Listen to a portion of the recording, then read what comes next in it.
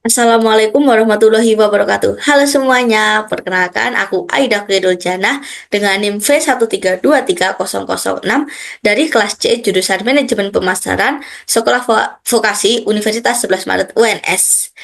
Di video kali ini saya akan mengerjakan sebuah analisis SEM PLS dengan Smart PLS untuk memenuhi nilai ujian akhir semester saya pada mata kuliah Market Research yang diampu oleh Bapak Lutfi Aulia Rahman.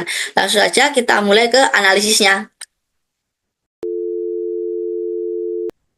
Oke, langsung saja. Sebelumnya di sini ada contoh foto dari bagan yang akan kita buat di Smart PLS nanti. Dan kemudian di sini saya juga sudah ada data dari tes data yang sudah diberikan oleh Bapak Lutfi untuk kita analisis nantinya di Smart PLS. Langsung aja kita ke Smart PLS-nya ya. Oke, jadi di sini yang pertama kita lakukan adalah membuat file project-nya. Pertama kita klik New Project, lalu di sini kita beri nama. Nah, saya beri nama. s- s- Oke, setelah kita beri nama, nah di sini ini ada seperti tanda warna biru ini. Ini digunakan untuk mengimpor data yang sudah disediakan oleh dosen tadi. Nah, ini kita double klik untuk mengimpor data tersebut. Terus di sini kita cari datanya yang ini, tes data ini. Terus kita buka. Oke. Nah, setelah terbuka datanya, selanjutnya kita pilih yang UAS Market Research ini. Ya, di sini berupa kanvas seperti itu. Nah, ini baca. Nah, di sini kita akan membuat apa laten akan membuat bagan yang seperti di contoh gambar tadi. Nah, cara membuatnya adalah dengan menggunakan ini dia latent variable. Di sini kita buat 9 latent variable atau 9 variabel untuk analisis ini. Yang pertama di sini, terus yang kedua sampai ke 6 itu di tengah. Tuh, 2, 3, 4, 5, 6. Dan kemudian di sebelah kanan 2 lagi. Oke, setelah itu ini kita rapikan terlebih dahulu. Ini caranya kita pilih CTRL dan Shift. Nah, ini kita pilih, lalu kita klik kanan. Nah, ini kita pilih yang line selected element div left. Nah, ini kita rapikan. Ini bebas, bisa left, bisa right. Yang penting itu gunanya untuk merapikan. Lalu kemudian ini kita rapikan di tengah. Ini juga, dan ini juga.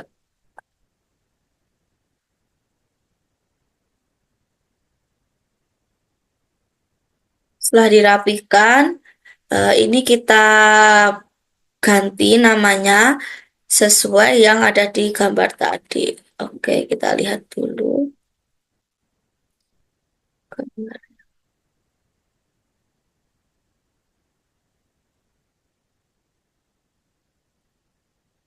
Pertama itu ada VR quality, cancel. Ini caranya klik kanan, rename 01, kita beri nama VR quality, kita klik OK, terus yang kedua ini kita ganti nama menjadi persen enjoyment. Aduh, oke.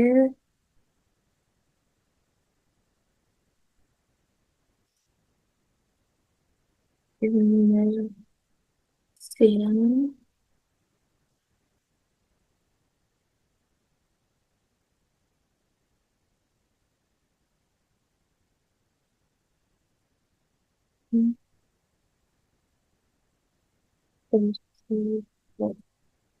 Usefulness.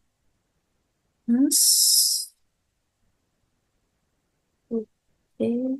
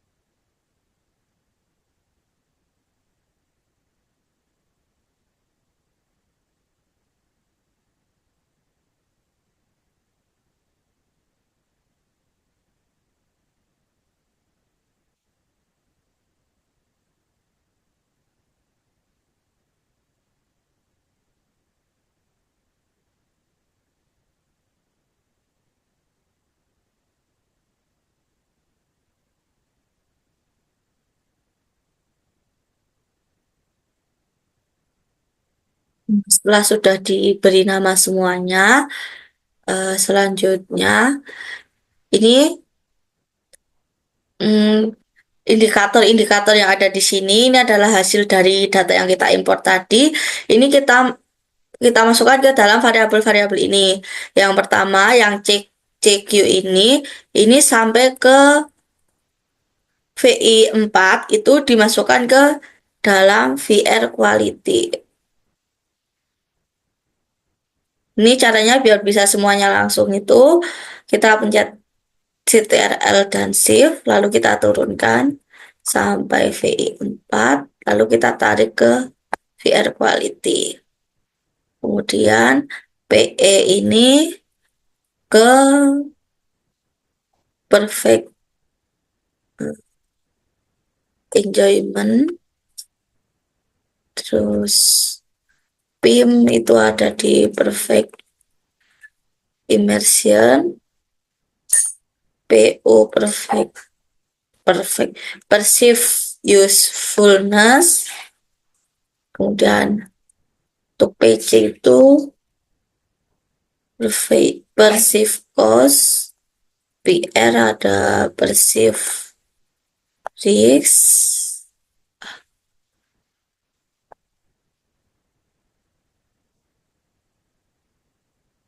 kemudian Bitcom itu Perceive Complexity, dan kemudian PV Perceive Value, dan BI Behavioral Intention. Nah, untuk data yang lainnya ini tuh kita abaikan aja pada analisis ini. Kemudian ini bisa kita rapikan seperti biar jaraknya tidak terlalu jauh. Ini kita dekatkan, jangan seperti kamu dan dia. Ah, ah. Didekatin, terus ini bisa kita geser ke sini. Dan Oke, terus ini indikatornya ini tuh bisa diubah-ubah. Nah, mengubahnya itu dengan cara klik kanan, lalu kemudian kita pilih yang align indikator ini. Nah, ini pengen saya ubah ke arah atas, kemudian yang sebelah sini saya ubah ke arah bawah. Oke, nah selanjutnya setelah itu ini kita konekkan antara variabel satu dengan variabel yang lainnya. Caranya yaitu dengan cara connect. Nah, ini kita klik kepada variabel yang pertama, VR, terus langsung ke variabel yang akan dituju. Nah, VR ini masuk ke semua variabel yang ada di tengah. Jadinya kita ke perceive enjoyment, lalu ke immersion, usefulness, cost, kemudian risk, dan yang terakhir adalah complexity. Kemudian dari variabel yang di tengah ini menuju ke perceived value semua.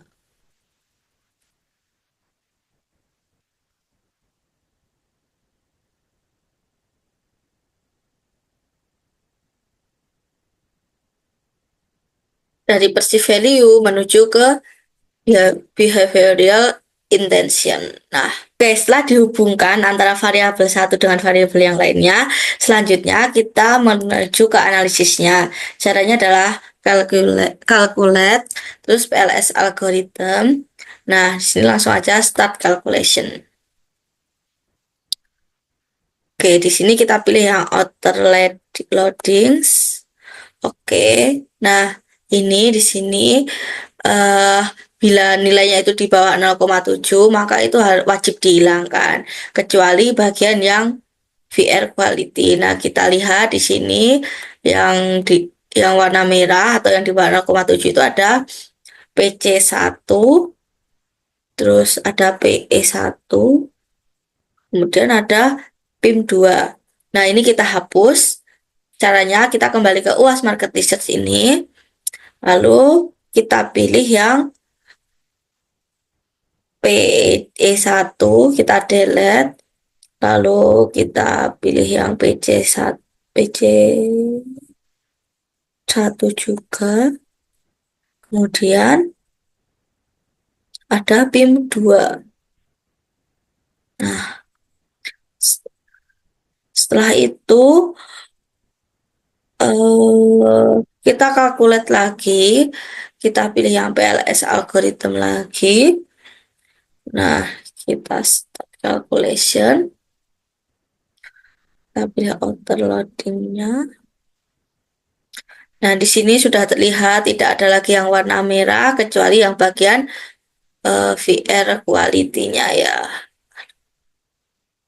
Oke. Terus kemudian, nah di sini pada bagian VR quality ini, eh, di sini VR-nya itu masih menghadap ke indikatornya. Seharusnya VR-nya itu eh, seharusnya indikatornya yang menghadap ke VR. Jadi ini kita switch caranya. Kita klik di bagian sini, terus kita klik kanan. Nah, ini kita pilih yang switch between formative. Oke, selanjutnya setelah kita switch, kita lakukan analisis yang kedua, yaitu bootstrapping. Caranya calculate, kemudian bootstrapping. Nah, di sini kita pilih yang two-tailed. Yang pertama, kita mulai. Di sini kita pilih yang outer weights. Nah, pada bagian ini kita lihat apabila ada yang berwarna merah, tetapi tetapi indikatornya menghadap laten variabelnya menghadap indikator, maka itu diabaikan saja. Tetapi jika sebaliknya atau indikator yang menghadap ke laten variabel itu dihapus. Nah, di sini itu contohnya ada di CQ2. CQ2 ini indikator menghadap ke laten variabel dan berwarna merah, maka ini dihapus. Terus selain CQ2 ada juga P ada juga PR1 enggak ya teman-teman. Ada juga yang mana lagi? Ini SQ1. Oke, terus kemudian ada SQ3, kemudian ada VI3 dan VI4. Nah, itu semua tadi kita hapus, kecuali yang PR. Hapusnya kita kembali ke UAS ini. Kita hapus, ada CQ2, ada CQ2, kemudian SQ1, lalu SQ3, VI3, dan VI4. Oke, setelah itu kita calculate dan bootstrapping lagi ya teman-teman.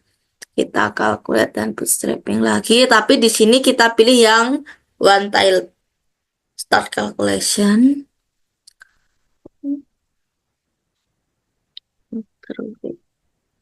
Nah, di sini sudah terlihat sudah tidak ada yang merah lagi kecuali yang PR tadi. Selanjutnya di sini aku akan menjelaskan tentang final resultnya, atau ini tuh udah selesai analisisnya, tinggal saya jelaskan aja final resultnya. Yang pertama ada pada path coefficient-nya. Oke, pada path coefficient ini di bagian kriteria T statistiknya itu sudah benar karena nilainya sudah lebih besar dari kriteria yang lain. Lalu eh, oke. Lalu perceived enjoyment, perceived immersion, dan usefulness eh, itu berpengaruh positif signifikan pada perceived value. Ini enjoyment, immersion, dan usefulness. Lalu, kemudian perceived value secara signifikan mempengaruhi perceived value secara signifikan mempengaruhi behavioral intention, dan VR quality-nya itu berpengaruh signifikan terhadap semua variabel turunannya. Ini 1, 2, 3, 4, 5, 6. Dan yang terakhir dari path coefficient adalah perceived complexity, lalu perceived cost, dan juga perceived risk itu tidak berpengaruh signifikan pada perceived value. Kemudian pada total indirect effects-nya akan saya jelaskan pula. Di sini kriteria signifikan statistiknya itu masih sama dan p-value-nya lebih kecil dari 0,5. Kemudian pada total indirect effect ini yang pertama perceived enjoyment, lalu immersion, dan usefulness itu berpengaruh tidak langsung secara signifikan terhadap behavioral intention melalui perceived value. Dan kemudian yang kedua, VR quality pada total indirect effect ini memiliki pengaruh tidak langsung yang kuat dan signifikan terhadap perceived value dan behavioral intention melalui jalur mediasi. Lalu yang terakhir, perceived complexity, cost, dan risk tidak memiliki pengaruh tidak langsung yang signifikan terhadap behavioral intention. Selanjutnya, final result pada specific indirect effect, yang ini specific indirect effect, specific indirect effect. Ya, maaf. Nah, ini yang pertama ada perceived enjoyment-nya, immersion, useful, dan perceived value sangat penting karena berpengaruh langsung dan tidak langsung secara signifikan terhadap behavioral intention. Lalu yang kedua, VR quality adalah variabel kunci utama yang mempengaruhi semua aspek persepsi pengguna secara signifikan. Dan yang terakhir, perceived complexity, cost, dan risk berpengaruh signifikan secara total terhadap perilaku atau behavioral intention maupun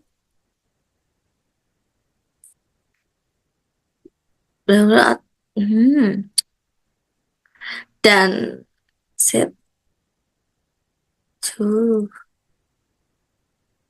Dan yang terakhir, perceived complexity, cost, dan risk berpengaruh signifikan secara total terhadap perilaku atau behavioral intention ataupun nilai per value, sehingga dapat dipertimbangkan untuk dieliminasi atau ditinjau ulang.